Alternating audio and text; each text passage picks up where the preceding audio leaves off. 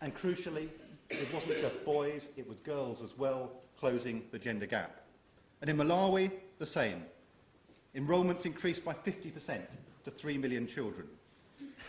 So when people worry about the problems of the world, and it's right that we do so, it's not unachievable, it's not unaffordable, it's a realistic choice, exactly as was put to you a few minutes ago. It is a choice.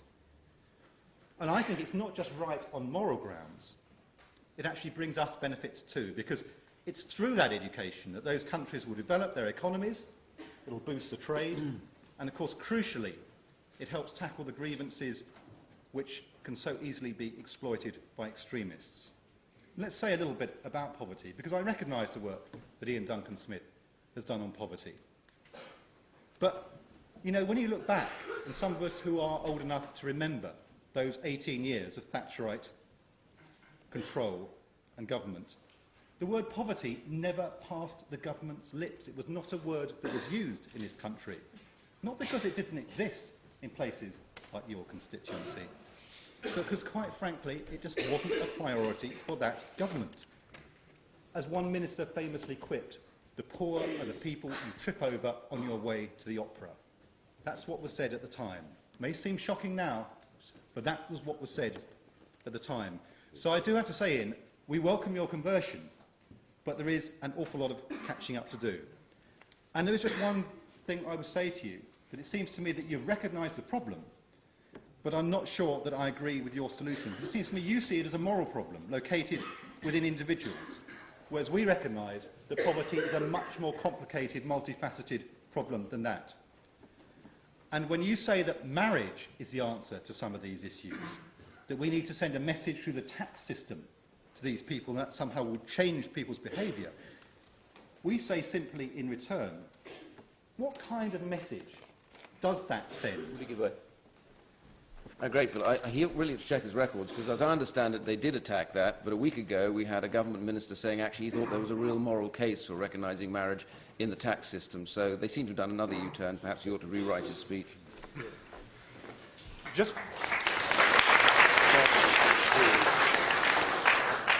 And this is the trouble with contemporary politics, isn't it? A politician gets trapped on a TV breakfast show into saying something which actually isn't the mainstream of government policy. What I'm saying to you is, it's not... Yeah, Andy Burnham, I would say, did not say the right thing on a chat show on a Sunday morning. What I'm saying to you is, compare the records. Look at the 18 years of what you did, look at the 10 years of what we've done. Quite frankly, the jousting and the clever words matter not a jot compared to what actually happens in the real world. Would he give away again? OK, let's deal with the record on this one particular point.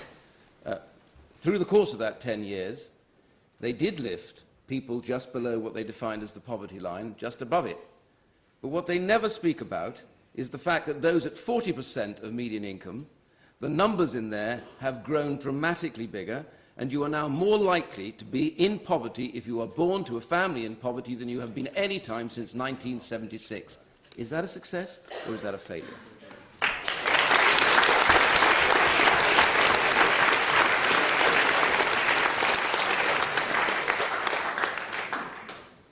We can have a technical debate about poverty, and isn't it good that we are having that debate? My point is that for all those years, nothing was done. We're doing it now. The tax credit system has made a huge difference. And what I would say to you, and actually say to any of you here, is actually leave the dry academic debate behind and come and talk to the people out on the streets in North Arbury.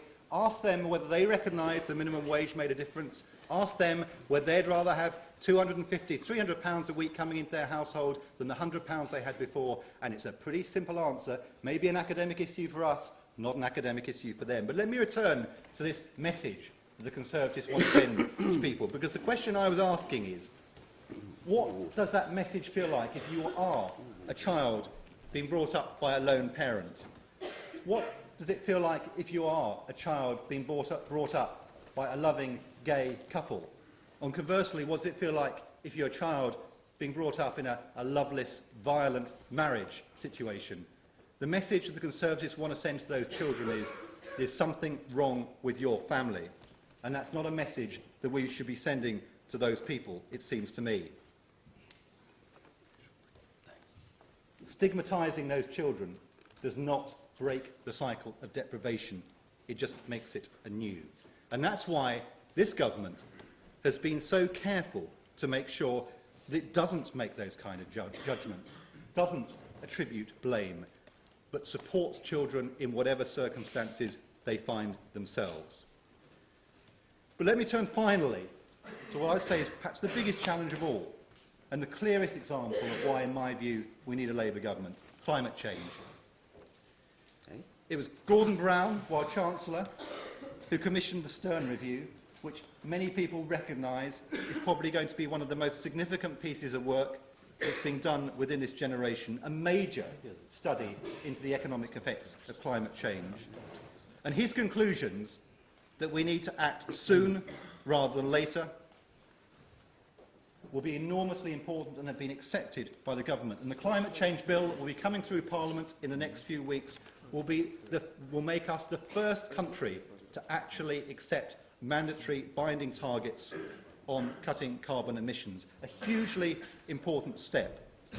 But we can't do it on our own, which is why it's so important that we work with our partners in Europe. And isn't it interesting how we always come back to the same point?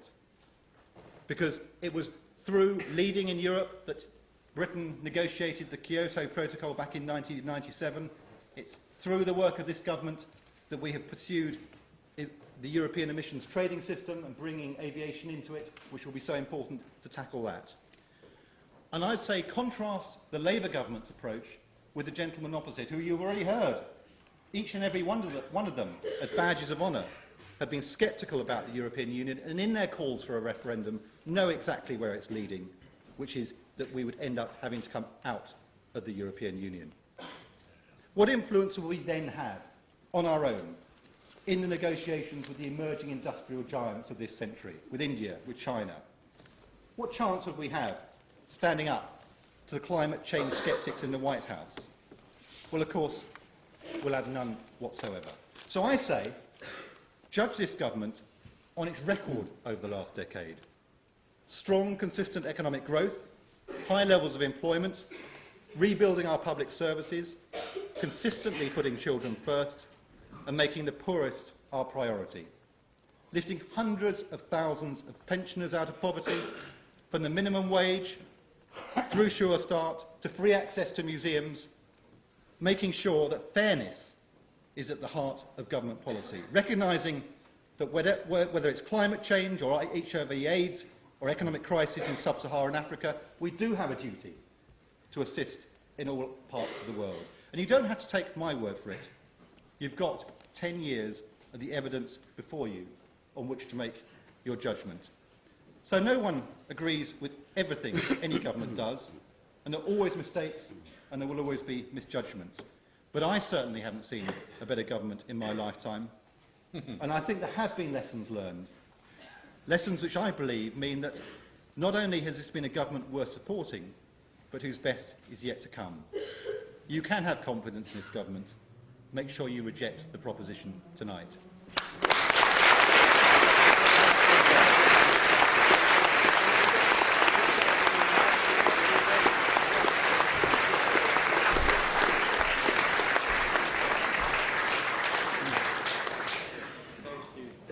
Now, this is your opportunity to take part in the debate. This is the floor debate.